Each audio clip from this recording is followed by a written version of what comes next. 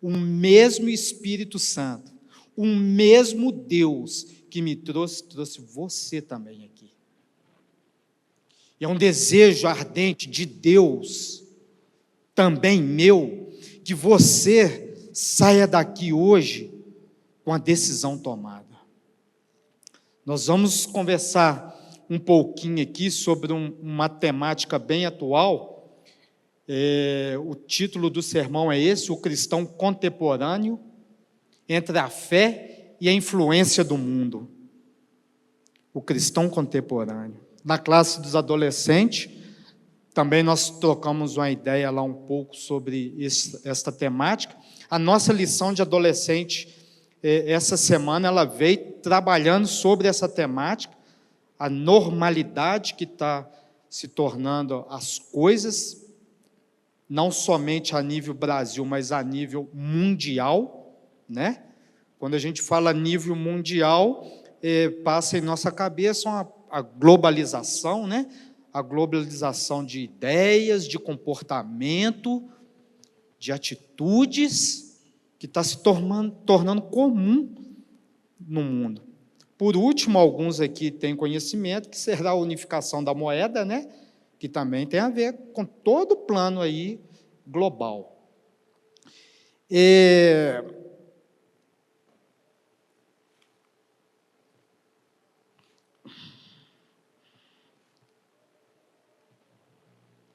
Ok. Como vocês já sabem, me chamo Cristiano, nós somos de Belo Horizonte, frequentamos a igreja do Havaí, que é a igreja do Jonatas, onde que ele cresceu ali. Eu e toda a minha família estamos aí exercendo a mordomia, como bem disse o Samuel, todos envolvidos na obra, na música, no desbravador. Eu também faço parte do corpo dos anciãos lá da igreja, então toda a família.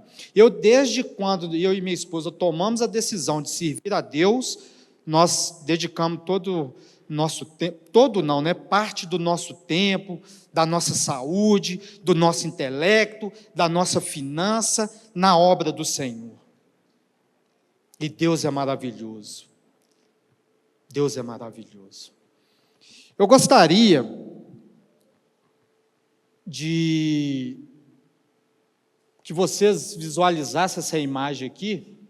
Essa imagem é onde tudo começou. Para chegar até nos dias atuais, ideias globalizadas, comportamentos globalizados, um dia teve um start, e foi esse dia aqui. Olha para você ver. É um casal, nós falamos na classe dos adolescentes, que nós cristãos acreditamos e vivemos em cima da teoria do criacionismo. Fora a teoria do criacionismo, quantas mais outras teorias existem por aí? Quantas? E quantas delas hoje têm impactado diretamente na sua psique? Quantas? Nós precisamos pensar sobre isso.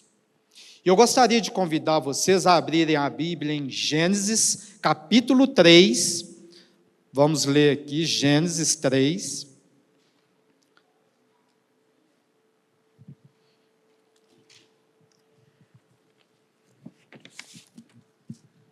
Gênesis, capítulo 3. Nós vamos fazer uma leitura. Antes, vamos fazer uma oração. Curve a sua frente, eleve seu pensamento ao Pai e vamos falar com Ele. Grandioso Deus, obrigado, Senhor, porque o Senhor trouxe a cada um de nós neste local. Ó Deus, a Bíblia está aberta, ou seja, o Senhor quer falar conosco. E nós vamos te ouvir através da leitura da Tua Palavra. E vamos também, Pai, sentir a ação do Espírito Santo nos incomodando. Seja no falar, seja no ouvir. Que a sua vontade prevaleça na nossa vida hoje. Este é meu desejo e eu faço em teu nome, Jesus, hoje e sempre. Amém. Então, Gênesis, acompanha comigo a leitura aí.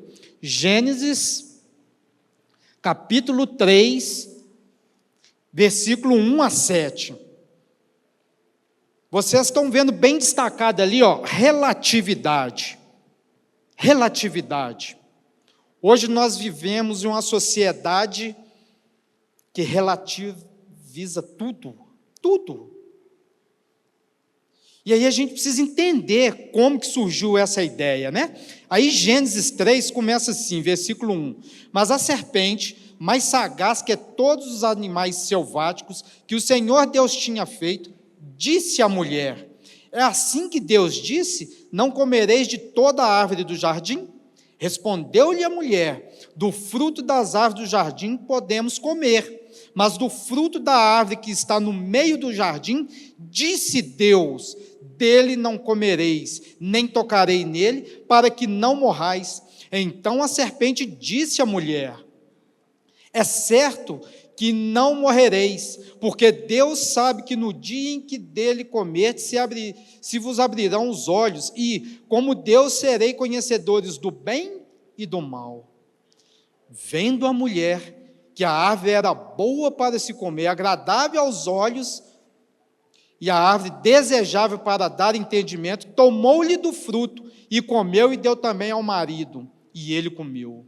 Abriram-se então os olhos de ambos, e percebendo que estavam nus, coseram folhas de figueira e fizeram cintas para si. Olha para cá. Então ali começou um ato de amor muito grande, de Deus para com Adão e para com Eva. Deus, eu sei, ele por um bom tempo, ele orientou Adão, orientou a Eva, falou que teria alguém que um dia chegaria, ia conversar, ia tentar entrar na mente deles, mas que não era para eles dar ouvido para essa voz. E Deus ali, ele deixou as ações sobre a decisão de Eva, que juntamente levou o seu marido também.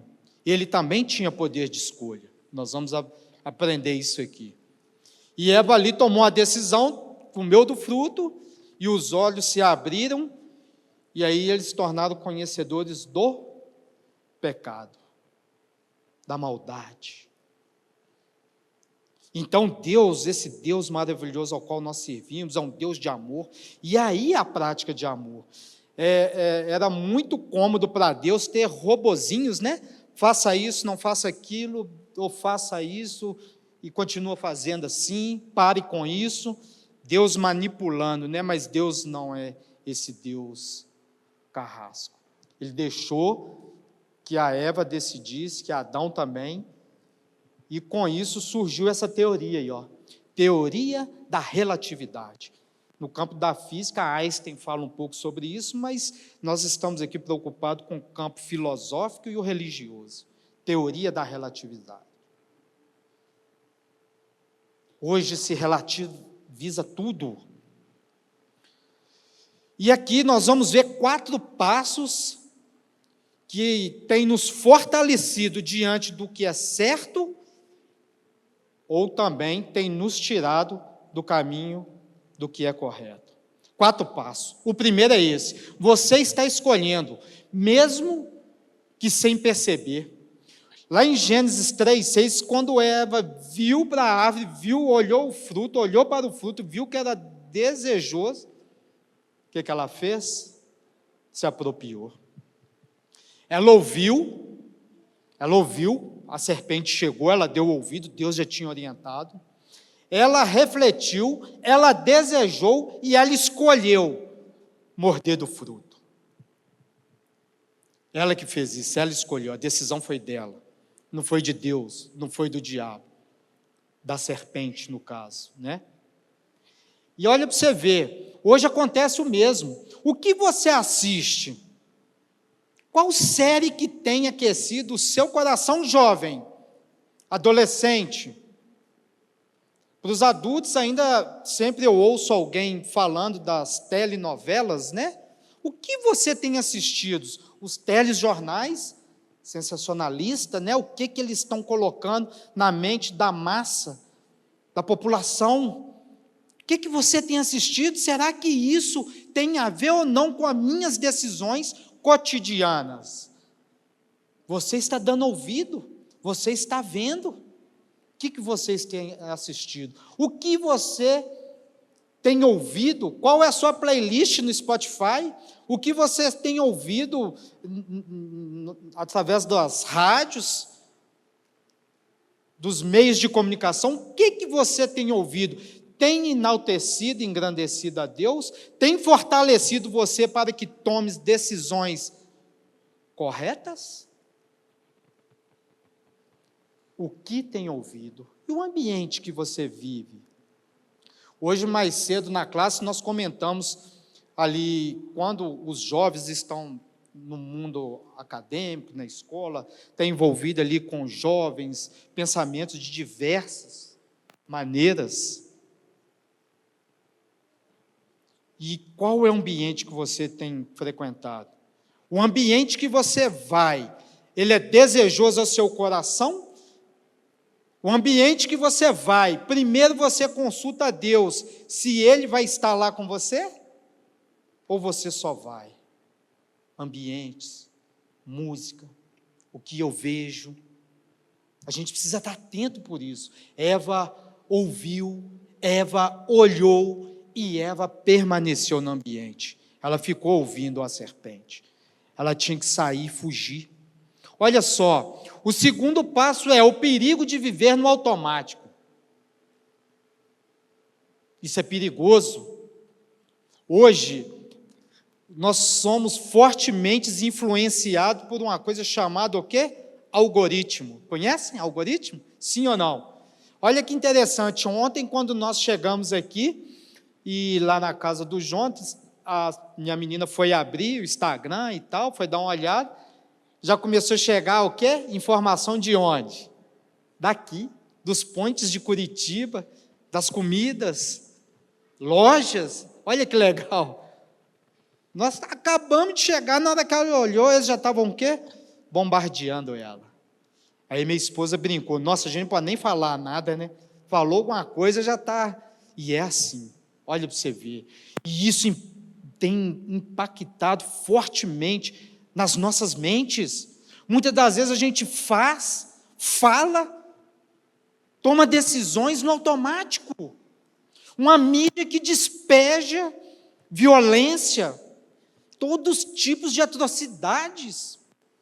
E quando nós somos sujeitos a alguma situação dessa no ambiente, a sua decisão logo vem do seu inconsciente, poder da mente. Mas antes de esse poder ter ação na nossa vida, você colocou para dentro, e eu coloquei. Então a gente tem que estar atento. Você não avalia, você apenas segue. Me fechou no trânsito, xingo. Me fechou no trânsito, mato. Na escola, o coleguinha fez uma brincadeira, um bullying, vai lá e comete o que nós estamos vendo aí, a juventude. Então, nós precisamos estar atentos para isso. Terceiro passo, resistir a escolher o certo, mesmo quando é difícil. Resistência não é só evitar o erro, é afirmar quem você quer ser. Quando você escolhe a verdade, você se torna o quê? Íntegro. Suas decisões estão sendo pautadas em cima de verdades ou de falácias? Se tratando da mídia, os influencers, né, eles têm um poder muito grande na vida de uma pessoa. Muitos mudam o seu estilo de vida, o seu comportamento, porque segue o quê? Um influencer que fala a minha língua, fala o que eu gosto. E a indústria é muito esperta, muito astuta, o marketing, né? Rapidinho usa desse recurso. Fala que você come isso, fala que você veste assim, fala que você pensa assado. E aí nós começamos o quê? Um bando de repitões. Isso que você está fazendo é pautado em cima de verdade? Ou o que você está fazendo é engrossando os cofres e bolsos daquele que está ali te oferecendo? Teoria da relatividade. Você também relativiza tudo? Ou você se posiciona? Quando Deus falou, farei homem e mulher. E hoje foi comentado na classe, quando você está ali na escola, né, os jovens, um grande conflito sobre a sexualidade. Nós precisamos saber separar, ser tolerantes. O fato de você não concordar com a ideia de alguém não te dá o direito de você criticar, julgar, muito menos bater, seja o que for, não te dá o direito. Agora, o direito que você tem, que é de defender a sua ideia, de um Deus criador que fez homem e mulher, de um Deus que fala para você não mintais, porque isso vai te gerar problema, de um Deus que fala para você não adulterarás, não matarás, um Deus que te protege, que te blinda. Esta é a verdade. Eu gosto muito de fazer analogia com a escada. O que é a resistência? A resistência é um sentimento, é algo intrínseco do ser humano. Essa força, ela existe dentro de cada um de nós, a resistência. E nós precisamos, como cristãos, nos dias atuais, vencer a resistência. E o que é a resistência? Quando você acorda de manhã, eu pego a Bíblia ou pego o celular? Eu saio para fazer uma atividade física ou eu deixo para amanhã? Essa resistência, ela muitas das vezes, ela vem com vozes agradáveis. Ah, caminha não, vai assistir uma série. E aqui eu gostaria de deixar uma grande lição para todos nós que, entre a prioridade, entre escolher entre o que é prioridade, ou fazer aquilo que um meio me impulsiona, né? Às vezes a gente larga a prioridade do lado e vai fazer o quê? Ou aquilo que é emergente, urgente. Ah, não vou ler a Bíblia não, porque eu tenho que olhar meu filho, tenho que mandar meu filho para a escola, eu tenho que fazer isso, tenho que fazer aquilo. Prioridade. Saia daqui hoje com uma prioridade na sua mente, no seu coração. Deus tem sido a sua prioridade? Deus tem tomado partido nas suas principais decisões? Muitas das vezes a gente tem que deixar aquilo que é urgente para tomar a decisão daquilo que é prioridade. Se eu entendo que para eu ter uma boa condições físicas, eu preciso fazer uma atividade física, alimentar bem, dormir bem, ler coisas boas, isso tem que ser prioridade na minha vida. Certa vez, chegaram perto de um escritor de livro, de um escritor, né? E ele foi questionado, de onde que você tira tanta inspiração assim? Você levanta todo dia inspirado? Como que é a sua relação com a inspiração? Sabe o que ele falou? Ele falou assim, eu aprendi a ter prioridade. Todos os dias, às 7 horas da manhã, eu me levanto, me preparo para receber o quê? A inspiração. Ele não espera ela chegar, quer dizer, ele prepara e espera, aguarda ela chegar. Mas todos os dias ele levanta. Prioridade. Deus realmente faz sentido para você? Se você está aqui hoje, eu acredito que Deus tem falado com você. Você poderia estar em qualquer outro lugar. E você está aqui. Então Deus, Ele faz sentido para você. Ele tem sido a sua prioridade? As suas decisões, como tem sido? Pautado no emergente, na necessidade? Ou naquilo que é prioridade? Família é prioridade? Igreja é prioridade? Priorize as coisas. E a escada, quando você sai do primeiro degrau para o segundo, você precisa vencer o quê? Preciso vencer o quê? A resistência. Percebe? Uma escada que você vai aí subir 100 degraus, quando você olha assim e olha para o elevador, o que é mais cômodo? Vou para o elevador. Mas você decide subir a escada. E você precisa tomar a primeira decisão de dar o primeiro passo. Assim nós vencemos essa resistência. E quando você dá o primeiro passo, quando vier aquelas vozinhas te desanimando, você fala para você mesmo: hoje eu vou vencer o primeiro. Amanhã eu venço o segundo. E venço o primeiro. Não procrastine. Dá o primeiro passo. Vença a resistência. A resistência vem disfarçada às vezes da esposa, do filho, do trabalho. Vençam a resistência. O que é resistência, Cristiano? Algo intrínseco dentro de cada um de nós. Você querendo ou não, ela está aí. E você precisa vencer. Você precisa tomar a decisão. O mundo ao qual vivemos hoje é muito perceptível que as coisas estão o quê? Um caos. E eu e você tem sido participante disso. Para melhor ou para pior? Precisamos vencer a resistência. Resistir é difícil, porque exige consciência. Ei, jovem, consciência.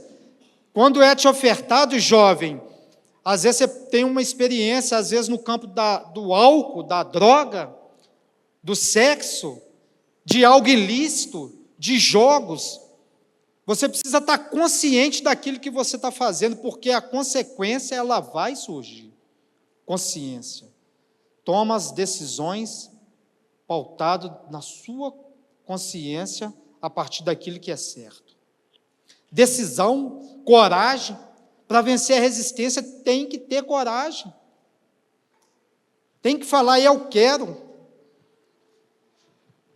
Há 15 anos atrás, 17 anos atrás, quando eu e minha esposa ainda não tinha filhos, a gente estava ali, tinha recém-casado, e chegou a oportunidade de Deus na nossa vida de fazermos estudo bíblico, conhecer um pouco mais da palavra. E o interessante é que antes da gente tomar essa decisão, nós tivemos que ter muita coragem, porque nós começamos a pensar e a falar: nossa, vou começar a estudar sobre a Bíblia, saber sobre Deus, e nós vamos ter que começar agora a mudar alguns comportamentos, mudar algumas coisas em nossa vida, mas nós tomamos a melhor e maior decisão da nossa vida: servir a Jesus. Servir a Jesus é maravilhoso.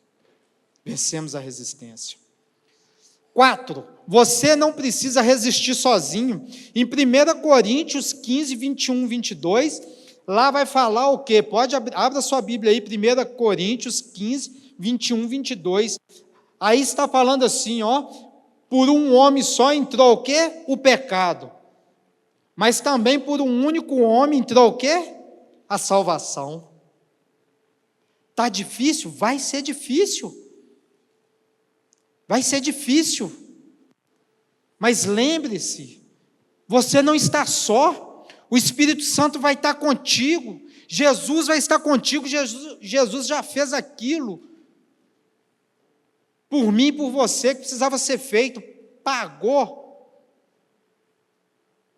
o preço do pecado com a sua vida. Jesus já fez, você não está sozinho.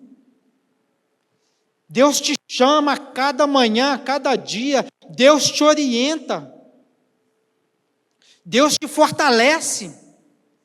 E não pensa depois que a gente toma a decisão de servir a Deus, como o Samuel até comentou lá na classe, você tomou a decisão do batismo, foi batizado, e os desejos ruins, pecaminosos saíram da sua vida. Não!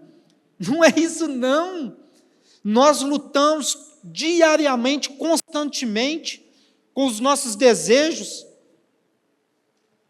com as nossas vontades, com os nossos desânimos. Mas basta você lembrar, você não está o quê? Sozinho. Não está. Deus é contigo, Deus é comigo. Eu não sei o que te trouxe aqui, eu não sei quais são os temores que estão passando na sua mente, no seu coração, eu não sei. Mas o que eu sei é que Deus te ama demais. E Deus precisa que você tome uma decisão para aquilo que é certo. Não porque você é obrigado a fazer. É porque é o certo, Ele mostrou que é o certo. Ele mostrou para Adão e Eva. Diz os escritos que quando Adão e Eva viu a primeira folha cair da árvore, quando Adão e Eva viram o primeiro cordeiro ser morto, a morte, foi muita dor, arrependimento. Faça o que é certo. Fazer o que é certo nem sempre vai te colocar nas melhores condições, mas você vai estar sempre preparado para tomar as melhores decisões. Faça o que é certo. Jovem, certo cristão, na escola, começou na escola nova, e ele era um cristão fervoroso, dedicado ali à palavra do Senhor, à obra do Senhor. Começou na escola, começou a fazer amizade, conversando com os amigos, aí aquelas brincadeiras jovens, sabe aquelas brincadeirinhas? Aquelas falas não tem nada a ver, ele começou a gostar do tipo de piada, começou a rir, a achar graça ali nos comentários, nas piadas. Pouco tempo ele já estava também fazendo aquilo que eles faziam. O que aconteceu? Afastou da verdade, parou de fazer o que era certo, começou a relativizar tudo, começou a seguir a massa. Nem sempre vai ser a melhor decisão. Cuidado. Talvez você precisa hoje rever seus hábitos. Reveja seus hábitos, pense como eu tenho alimentado, o que eu tenho assistido, o que eu tenho ouvido, o que eu tenho falado com minha esposa, eu com meus filhos, comportamento. Reveja seus hábitos. E depois de rever em uma consciência bem sincera com você, você está entendendo que existe uma verdade, e ela é absoluta.